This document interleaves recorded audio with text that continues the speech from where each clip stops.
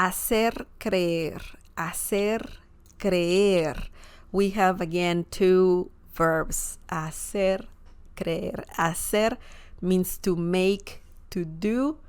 Creer, to believe, to think. So let's talk about that. What does this mean? Meaning to make someone believe. Okay? So sometimes when people talk, the way they express themselves, the things they say, sometimes they make you believe certain things, right? And sometimes they need to clarify or not the situation. So this phrase is excellent for those situations when someone makes you believe something, okay? For example, I can say, me hiciste creer que todo estaba bien. Me hiciste creer que todo estaba bien. This means you made me believe that everything was fine. What's up with that? Right? But probably it's not everything is fine, you know. This it sounds like it, right? So when having two verbs like this, these two, you will have to conjugate this one, not this one. Okay? So just the first one. This is something important to remember. Me hiciste, tú me hiciste, you made me creer, believe, que, that, todo means all or everything. Okay?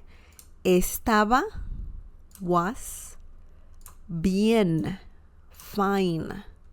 Bien has some meanings. One of them is fine. Okay? When someone asks you, how are you? In Spanish, ¿cómo estás? And if you say bien, that means fine. You know, or I'm good, similar to saying I'm good, I'm fine. So that's something interesting to remember. Bien, fine. Okay? So we have the phrase here, this phrase over here, right? Hiciste, this is the verb hacer conjugated, okay? Creer is the other verb, not conjugated. So hiciste is past tense, perfect tense, and it means you made. Hiciste, you made, okay? When saying me, usually in Spanish, you will be using me, you know, this pronoun a lot. So when using this phrase, this hacer creer, you will likely use me, te, le, those reflexive pronouns, okay? So just keep that in mind. Me hiciste creer, you made me believe, okay? So that is the meaning of that phrase, the first part of the sentence. And then you know the rest because we just talked about it. Now, let's learn the next, or not learn, let's look at the next example and learn how to use the phrase hacer creer. Discúlpame si te hice creer que sentía algo por ti. Discúlpame si te hice creer que sentía algo por ti. Okay? Someone is saying something sad. It happens, though. It happens when you think that someone likes you, but maybe the person is just a nice person. It has happened, right? It's something that happens in real life. So this means I'm sorry if I made you believe that I felt something for you. Okay? So discúlpame is a great word that means I'm sorry. Okay, I'm sorry. Similar to lo siento.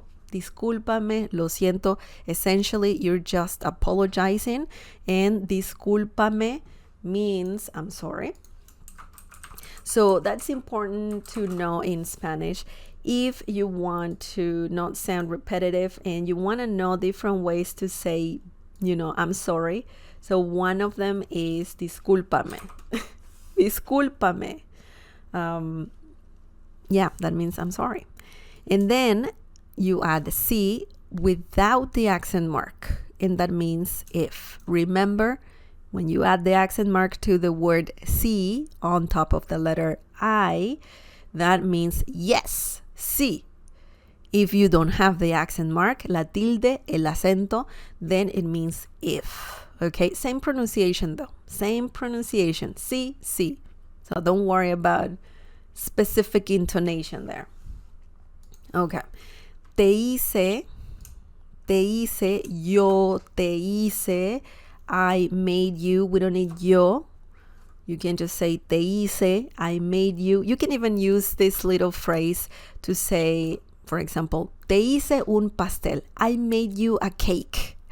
And it's interesting. You can just use that those two words to just say I made you and then add more to that. In this case, I said un pastel. That means a cake. Creer, te hice creer. We have here the phrase that we are learning right now. Hacer creer. Hice, past tense.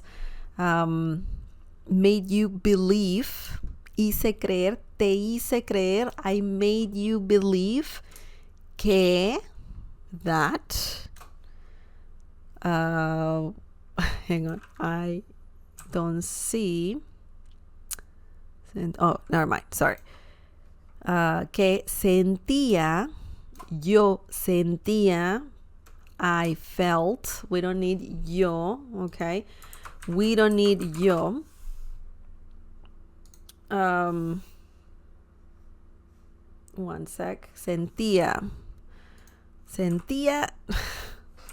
I missed that accent mark. Sentía, yo sentía, I felt. Usually when conjugating verbs in present tense, past tense in Spanish, you will need accent marks. So that was my mistake right there. Algo means something, okay? Algo. Por, for, ti, you. You don't say por tú, you say por ti, for you, okay? So just remember that little phrase, por ti, means for you, if you want to say that in Spanish, okay? Excellent. Hacer creer means to make someone believe something, good or bad, okay? So just remember that.